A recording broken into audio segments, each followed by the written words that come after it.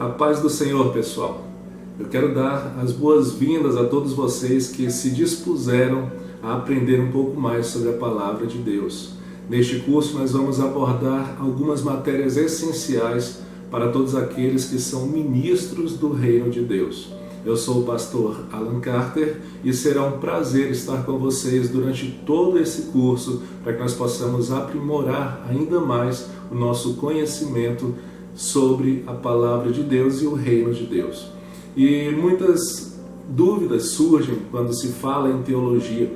Algumas pessoas até comentam que estudar teologia não é necessário porque devemos viver na dependência do Espírito Santo de Deus.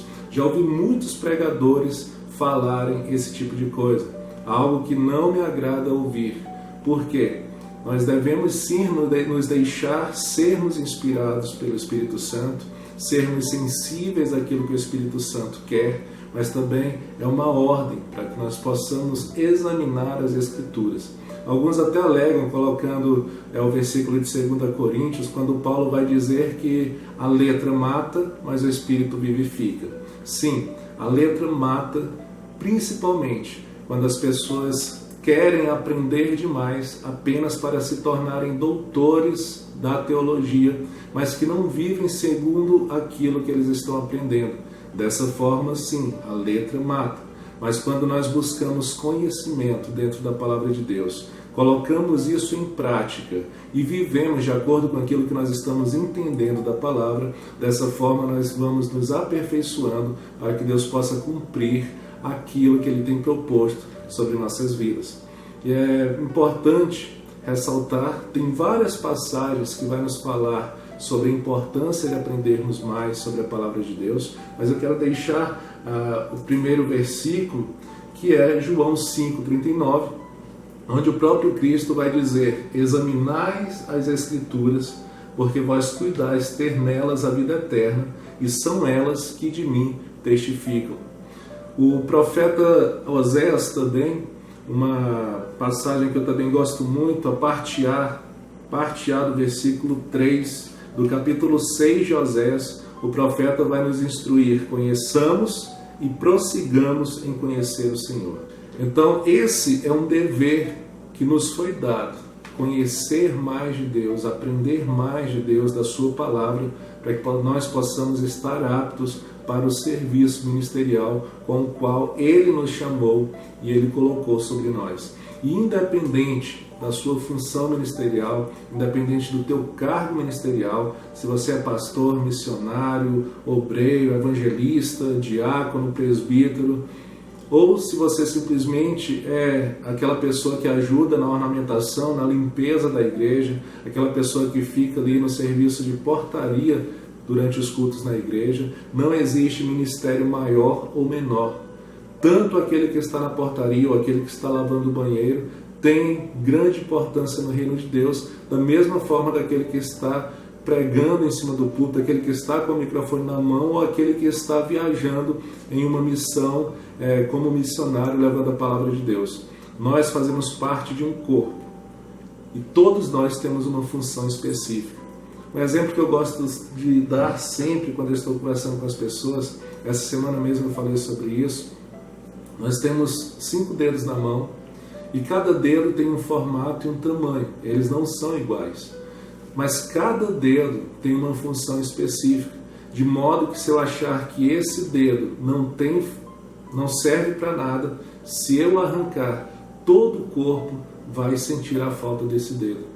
É engraçado que a parte do nosso corpo que a gente menos dá importância, digamos que o dedinho do pé, quando nós o machucamos, parece que tudo que nós fazemos, ele está envolvido, porque em todo tempo nós sentimos dor, porque ele está tocando em algo, porque algo está tocando nele e ele está desempenhando a sua função. Então jamais se sinta menor nem maior do que ninguém. Nós fazemos parte do corpo de Cristo, nós fazemos parte do reino de Deus e todos nós temos uma função. E o que eu quero te dizer é que você escolheu algo maravilhoso para a sua vida, que é estar através desse curso aprendendo mais sobre a palavra de Deus, não para que isso venha te encher de soberba, mas que isso te torne cada vez mais humilde. Nós falaremos de várias matérias no decorrer deste curso, mas esta aula, a aula introdutória, é justamente sobre introdução bíblica. E nós já vimos que o próprio Cristo nos instruiu a examinar as Escrituras. O profeta Oséias nos disse que nós precisamos conhecer e prosseguir em conhecer ao Senhor, e nós vamos então cumprir essa ordenança que está sobre nós. Então, quando se fala Bíblia, muita gente diz que sabe tudo da Bíblia, que conhece bem a Bíblia, mas talvez você não tenha ainda um conhecimento tão grande como você imaginava. E é isso que nós vamos tratar aqui. Então, em João 5,39, examinai as Escrituras, porque vós cuidais ter nelas a vida eterna, e são elas que de mim testificam. O conteúdo dessa matéria, nós vamos estudar sobre Bíblia, a Palavra de Deus, em como estudar a Bíblia, o cânon bíblico, a preservação da Bíblia e suas traduções, período interbíblico, panorama bíblico do Antigo Testamento, panorama bíblico do Novo Testamento. Então essas são alguns tópicos, alguns temas que nós vamos tratar no decorrer desta matéria. Introdução bíblica é a área da teologia que estuda exclusivamente a doutrina das Escrituras, quanto à sua origem, o seu conteúdo, material, mensagem, idioma, formato e tudo que se refere à estrutura das Sagradas Escrituras. A Bíblia é a revelação de Deus para o homem por meio do testemunho de fé de um povo que se relacionou com ele. E o que a Bíblia significa para você? O que a Bíblia significa para você? Qual o peso que a Bíblia tem sobre a tua vida? Bíblia, a palavra de Deus. A Bíblia, ela é o livro mais antigo de que se tem conhecimento. A sua história e sua natureza têm intrigado a muitos. A Bíblia é o maior best-seller que já existiu. É o livro mais lido, mais vendido, mais traduzido, mais publicado e que mais impacto causa na vida das pessoas. Eu tenho certeza que a partir do momento que você começou a ler a Bíblia, muitas coisas em você mudaram. Você passou a enxergar as coisas de uma ótica diferente. E é isso que a Bíblia causa naqueles que leem aquilo que está escrito nela. Porque é impossível para qualquer uma pessoa ler as Sagradas Escrituras e continuar da mesma forma que eram e que viviam. Porque a palavra de Deus é como se, enquanto nós lêssemos a Bíblia, ela também lesse cada um de nós. Então, enquanto nós lemos a Bíblia também nos lê e nós podemos enxergar melhor até mesmo quem nós somos e como nós somos. E, como nós sabemos, todos nós somos pecadores e necessitados da misericórdia de Deus em todos os momentos de nossas vidas. Definição do termo Bíblia. Por que esse nome? Foi Deus que colocou o nome Bíblia em sua palavra? Não. O termo Bíblia vem do grego biblos, que significa livros, coleção de livros ou pequena biblioteca. Vertida para o latim, a palavra biblos tornou-se substantivo feminino singular, Bíblia. Assim também usamos em português. No 4º século de nossa era, João Crisóstomo foi o primeiro a aplicar o termo Bíblia às Sagradas Escrituras. Então nós sabemos que a Bíblia, ela, em sua composição, hoje a Bíblia protestante, que é a Bíblia que nós evangélicos usamos, ela é composta por 66 livros. Ou seja, uma pequena biblioteca reunida num só livro. Ou um livro composto por 66 livros. E quando eu cito que na nossa Bíblia protestante tem 66 livros, porque existem Bíblias, como a Bíblia católica, que tem alguns livros a mais, que nós vamos falar sobre eles um pouco mais na frente, que são chamados apócrifos. Nós vamos entender por que foi tirado, qual a história que tem neles, se são verdade ou não. Nós vamos falar sobre isso um pouco mais na frente. E a Bíblia, ela tem alguns nomes, que ela recebeu alguns nomes até dentro mesmo da Palavra de Deus. Em Colossenses 3,16, ela é chamada de a Palavra de Deus. Em Atos 7,38, Palavra da Vida. Em Isaías 34,16, ela é chamada de Livro do Senhor. 2 Timóteo 2,15, Palavra da Verdade. 2 Timóteo 3,15, Sagradas Letras. E a Bíblia ela também, além de ter alguns nomes, muitos hoje em dia chamam ela de espada, chamam ela de lâmpada, chamam ela de caminho, palavra de Deus. Então ela recebe muitos adjetivos, assim como também muitos símbolos. Em Tiago 1,23, fala que a Bíblia é um espelho no qual miramos. Jeremias 23:29 diz que ela é um martelo para esmiuçar a vontade. Malaquias 3:2, fogo para derreter o coração. Hebreus 4:12, espada para transpassar a consciência. 1 Pedro 1:23, semente para dar vida à alma. E Salmo 119:105, luz para iluminar o nosso caminho. E a Bíblia, para que você possa entender um pouco melhor, ela foi escrita num período de aproximadamente 1.600 anos. Alguns teólogos comentam 1.400, 1.500 até 1.600 anos foi o período em que a Bíblia levou para ser escrita, desde o seu primeiro livro, Gênesis, até o seu último livro, Apocalipse.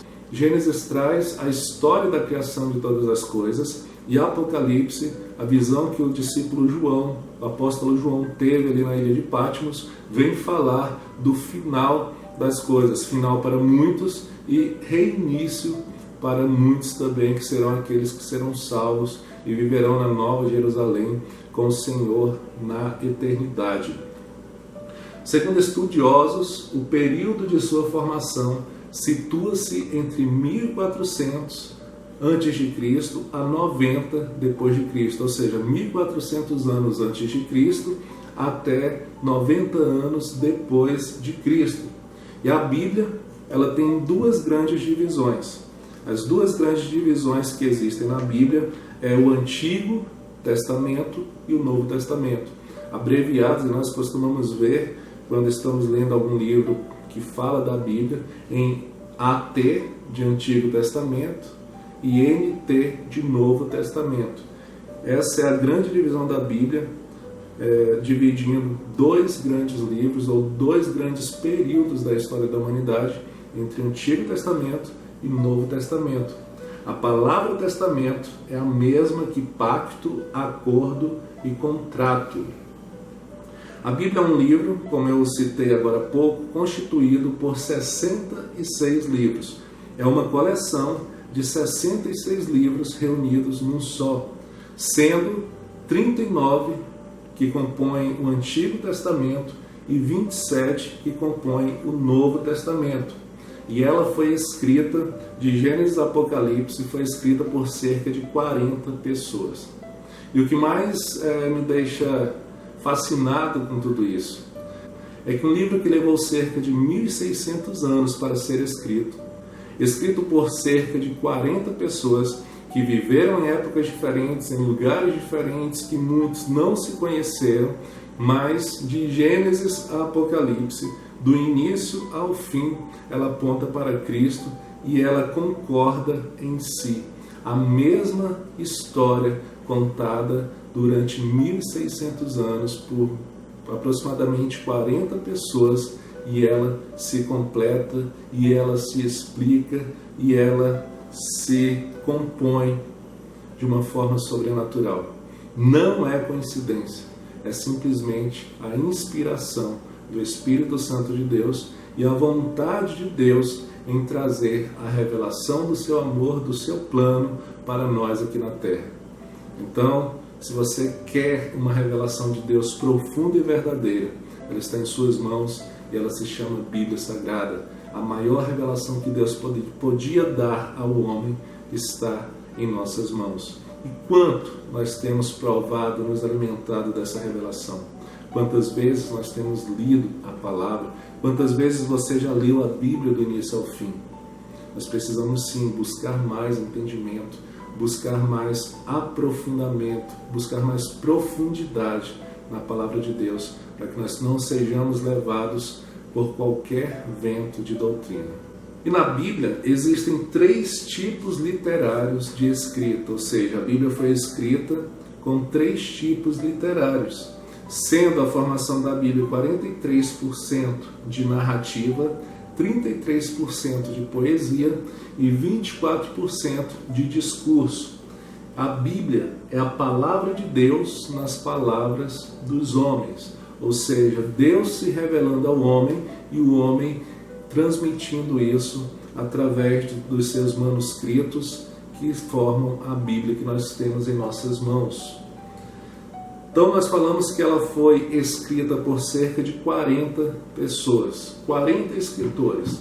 E nós vamos falar das características desses escritores. Primeiro, o escritor do Pentateuco, que são os 5 primeiros livros da Bíblia, foi Moisés. Moisés ele foi um líder político. A referência está lá em Êxodo, capítulo 24, versículo 4.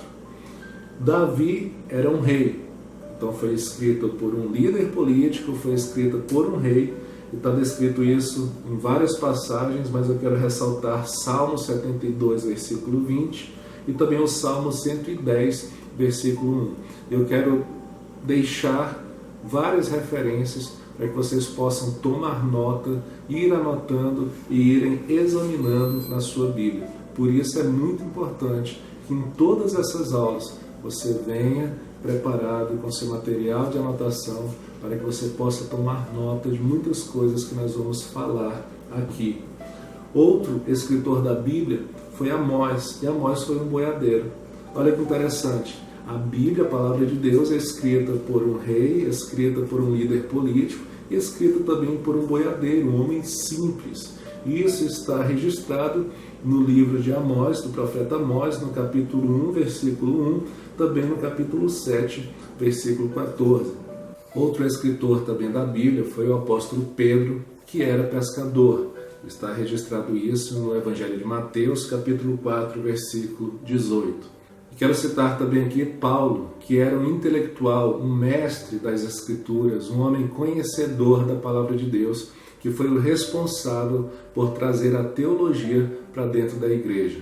Então esses homens viveram em épocas diferentes, muitos deles não se conheceram, viveram em locais diferentes, mas foram inspirados por Deus para escrever a Bíblia.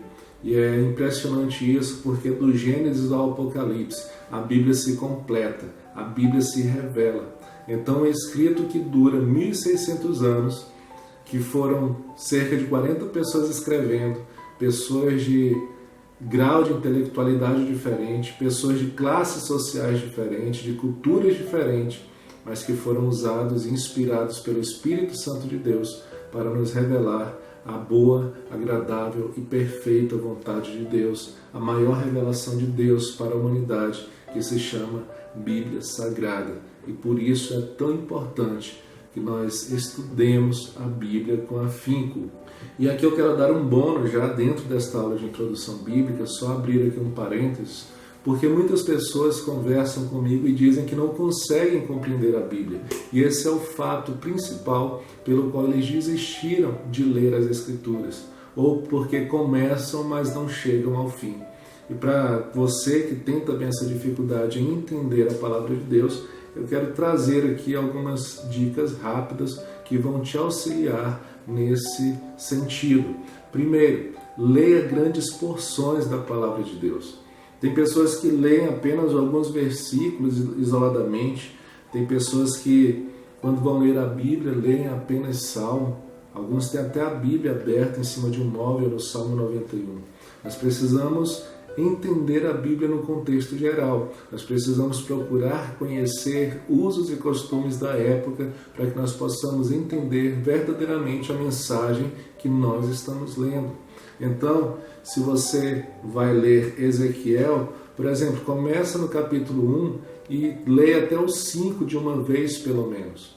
Então, comece a se alimentar de grandes porções para que você possa ter uma visão mais ampla e assim aprender mais e entender mais a palavra de Deus. A segunda dica, não se retenha ou não se detenha em números, pois muitas vezes finalizamos um capítulo, mas não finalizamos a história. Por exemplo, Estou lendo Ezequiel, capítulo 13, um exemplo. Esse número maior, não sei se dá para vocês verem aí, é o capítulo 13 aqui, o 14 aqui embaixo. E dentro desses capítulos existem esses números menores que nós chamamos de versículos. Só que muitas vezes nós pensamos, não, eu vou ler só o capítulo 13 de Ezequiel. Você vai começar do versículo 1 e quando você chegar aqui no 23, é o versículo que finaliza o capítulo, mas muitas vezes o capítulo seguinte inicia dando prosseguimento àquele fato que está ocorrendo no capítulo 13. Então, quando nós nos prendemos muito a números, muitas vezes nós não conseguimos entender por causa disso. Então, se você finalizou o 13 e vê que o 14 ele continua narrando os mesmos fatos, então continue lendo até passar ali, até você conseguir compreender aquele momento. Não se detenha em números. Esses números foram colocados por homens. A Bíblia não era dividida dessa forma. Ela foi dividida assim para que ficasse mais fácil para a gente encontrar trechos específicos. Imagina se a Bíblia não fosse dividida em capítulos e versículos. E no momento uma pessoa falasse para você, abra lá na passagem que diz, e conhecerás a verdade, e a verdade vos libertará. Como você faria para encontrar essa passagem se não tivesse essa divisão de capítulos e versículos? Daria muito trabalho. Então, os capítulos e versículos, houve essa divisão justamente para que ficasse mais fácil, para que nós localizemos as referências que nós queremos. Tranquilo? Leia grandes porções de cada vez, não se detenha em números, capítulos, versículos, mas leia toda a história, todo o contexto, para que você possa aprender mais. Outra coisa, use várias traduções da Bíblia. Essa Bíblia aqui, por exemplo, é a versão Almeida Revista Corrigida. Eu tenho aqui a King James, tenho a Revista Atualizada, tenho a Nova Almeida Atualizada, tenho a NVT, NVI. Então é sempre bom, às vezes eu estou preparando um sermão, um estudo, chego na Revista Corrigida, tem um versículo que eu não entendo muito bem ele. Então eu pego outra tradução, outra versão e leio aquele mesmo versículo e muitas vezes eu consigo compreender aquilo que a palavra está dizendo naquele momento. E não existe desculpas de dizer que eu não tenho condição de ter várias Bíblias, que eu só tenho uma Bíblia, porque eu tenho certeza que você tem pelo menos um celular com o sistema Android ou iOS e você pode baixar no teu próprio aparelho, no teu próprio smartphone, essas Bíblias. Existem vários aplicativos gratuitos que você pode baixar. Eu, por exemplo, eu tenho aqui no celular mais umas 5 versões e ainda a harpa cristã instalada. Então, se você tem apenas uma Bíblia impressa, uma Bíblia física, tenha pelo menos mais 2 versões diferentes instaladas no seu celular, para que você possa ir até elas nos momentos que você não conseguir entender na sua Bíblia física aquilo que você está lendo. E isso traz uma compreensão maior do texto. Outra coisa que nós podemos ressaltar para que você entenda melhor a Bíblia. Tenha sempre papel e caneta para anotações durante a leitura bíblica. E a Bíblia, para que você leia, é importante que você ore antes da leitura. Chegar em alguns trechos que você não consegue compreender, ora pedindo luz do Espírito Santo, para que o Espírito Santo possa esclarecer, possa trazer entendimento ao teu coração. E quando finalizar a leitura, também faça outra oração, agradecendo a Deus e pedindo para Ele continuar falando contigo no decorrer do dia. Dessa forma, o Espírito Santo ele vai abrindo o nosso entendimento para que nós possamos compreender verdadeiramente aquilo que nós estamos lendo. E tenha papel e caneta na mão, porque muitas vezes você está lendo a Bíblia e tem um versículo ali que fala muito forte contigo. É bom você tomar nota disso, até para você memorizar esse versículo. O mesmo conselho eu dou para quando você vai orar.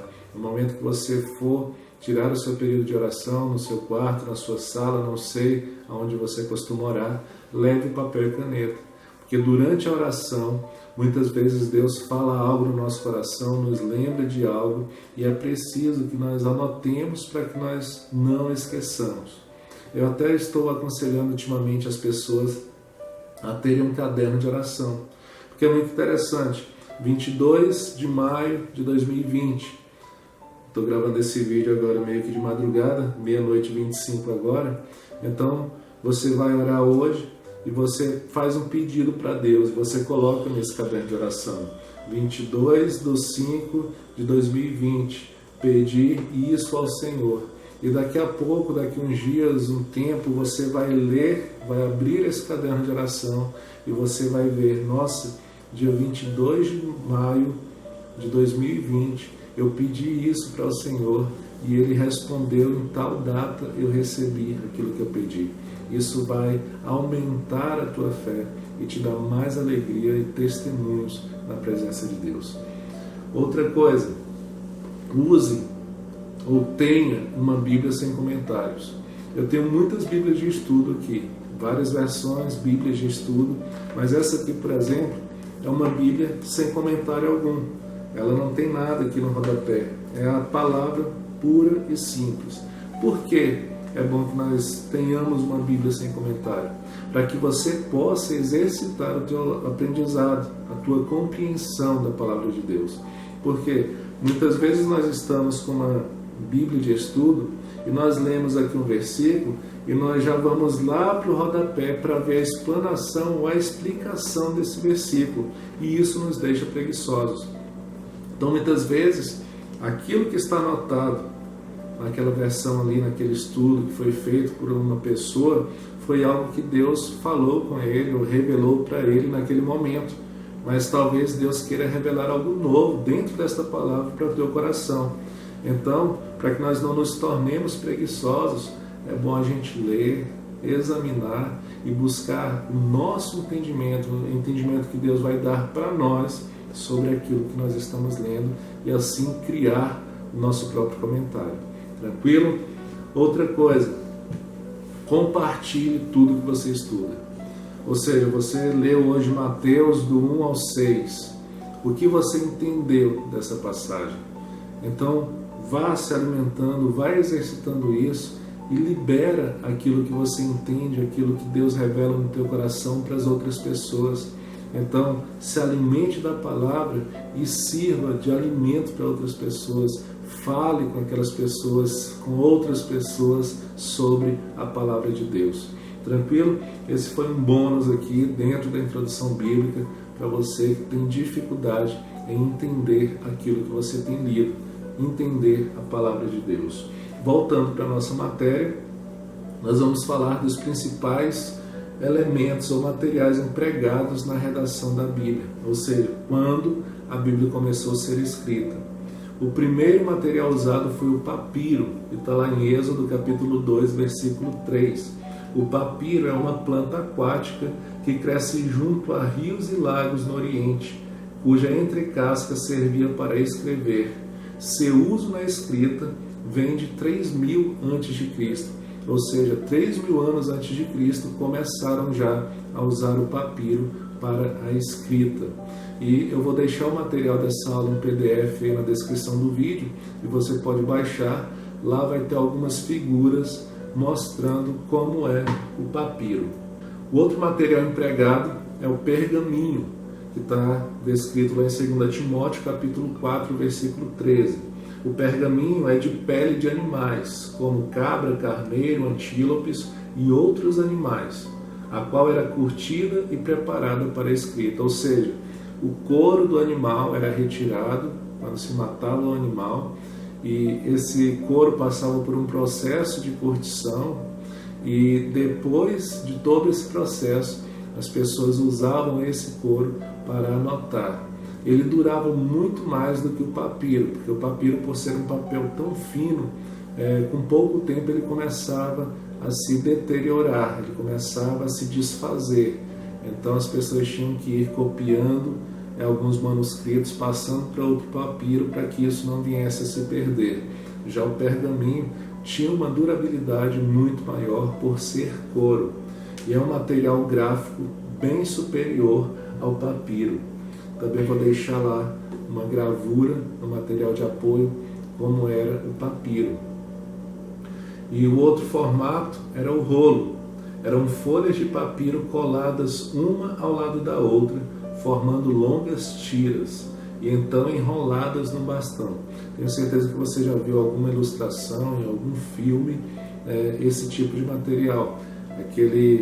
Eram duas barras, dois pedaços de madeira, eles enrolavam e quando as pessoas iam ler, eles tinham que abrir aquele rolo para ler aquilo que estava contido ali naquelas folhas.